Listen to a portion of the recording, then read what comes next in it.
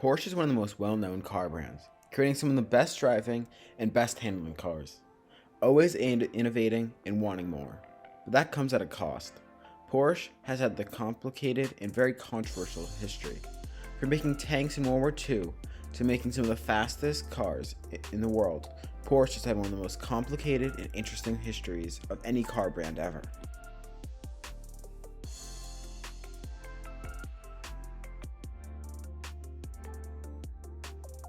Ferdinand Porsche, Anton Piëch, and Adolf Rosberg founded Porsche in 1931. At first, the company did not manufacture cars, but offered vehicle development and consulting. One of the first cars they ever worked on was the Volkswagen Beetle, when the German government contracted them to create a car for the German people. It was a great success, and Porsche decided to try to make their own car. The car showed many parts from the Beetle, but the Porsche 64 is often referred to as the first ever car made by Porsche. And when World War II started, Volkswagen and Porsche turned to military vehicles. The Beetle was militarized into the Kübelwagen and the Schwagwagen. Porsche also had many tank designs when they created the Affont tank destroyer and the Moss Super Heavy. Both these tanks were designed to be used by Nazi Germany.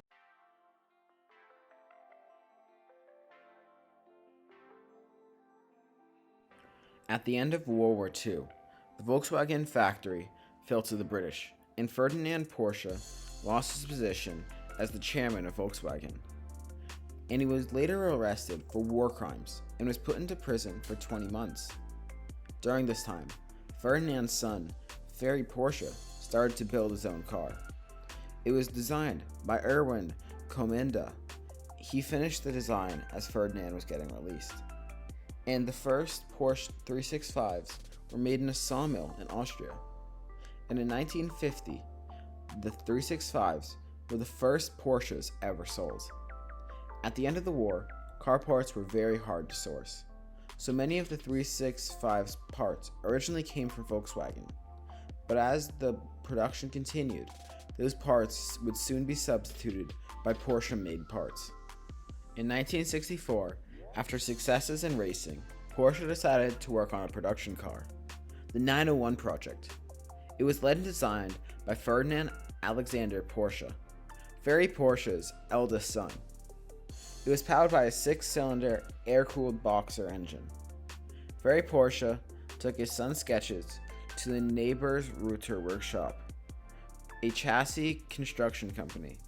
They would later be bought by Porsche. The 901 changed to the 911 because Peugeot had a trademark on the 0 in the middle of a 3-letter name.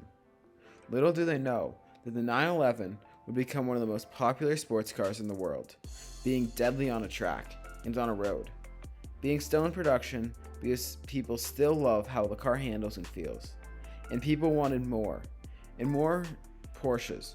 So Porsche created the 914, which didn't have everything that a 911 had, only having a Volkswagen 6-cylinder engine.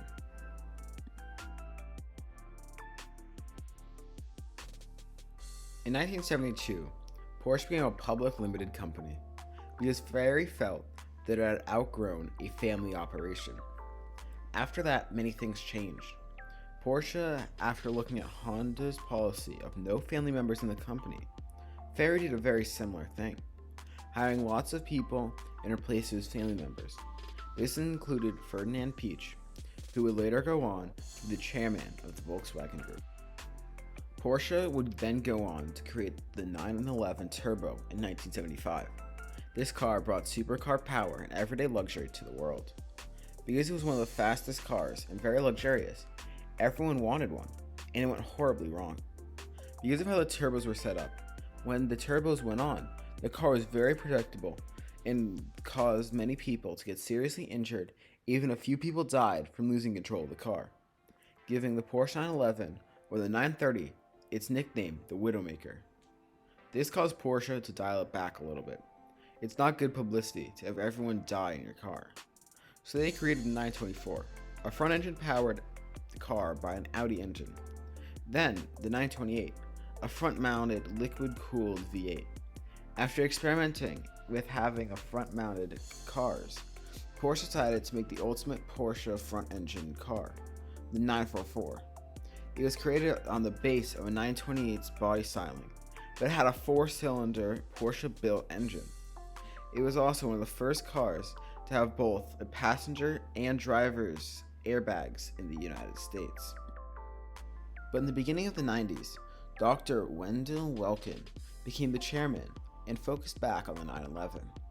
They unveiled the concept of a mid-engine sports car called the Boxster.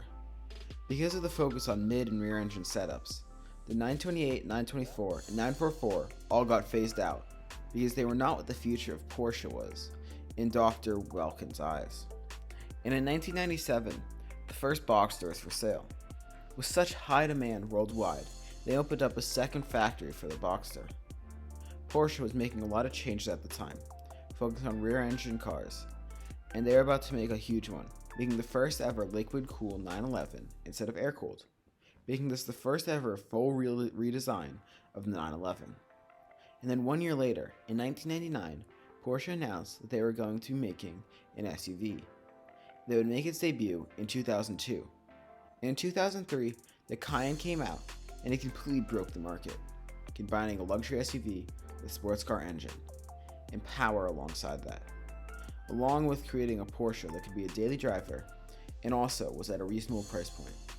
Then, 6 years later, they would go on to release a 4-door sedan, the Panamera.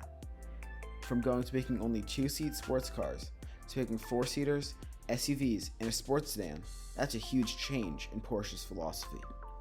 But they weren't all about the luxury SUVs, because that same year, Porsche made the GT3 RS, and then in the year 2010, they later revealed the 918 concept that would later go on to be made. They also made the Cayenne Sporty, making the GTS and Turbo S models.